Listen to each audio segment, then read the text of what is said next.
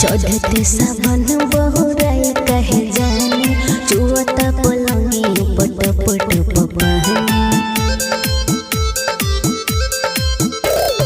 चढ़ते सावन बहुराई कहे जाने चुअता पलंगी पट पट पपानी।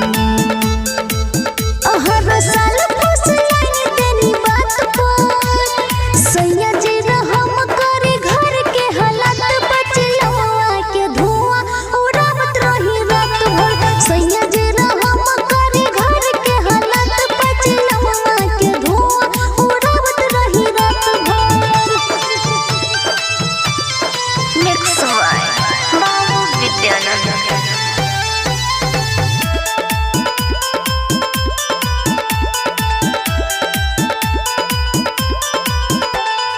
भैया मगिया लगा दे तो बहनी ना तो छवा दी टूट ही पलानी।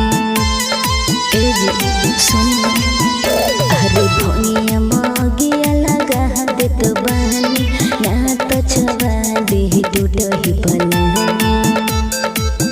गुस्सा चढ़ल बाबे हमर माथ पर बलम जी रहम करे घर के हालात बचलवा के धुआं उड़ावत रही रात भर।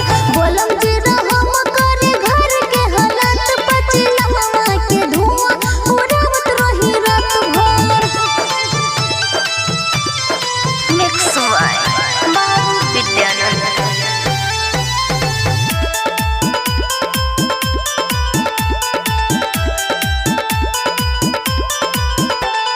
राम कुमार सावल सोनू पिए लगल गजवा हम के बता दे कहाँ मिलेला मजवा।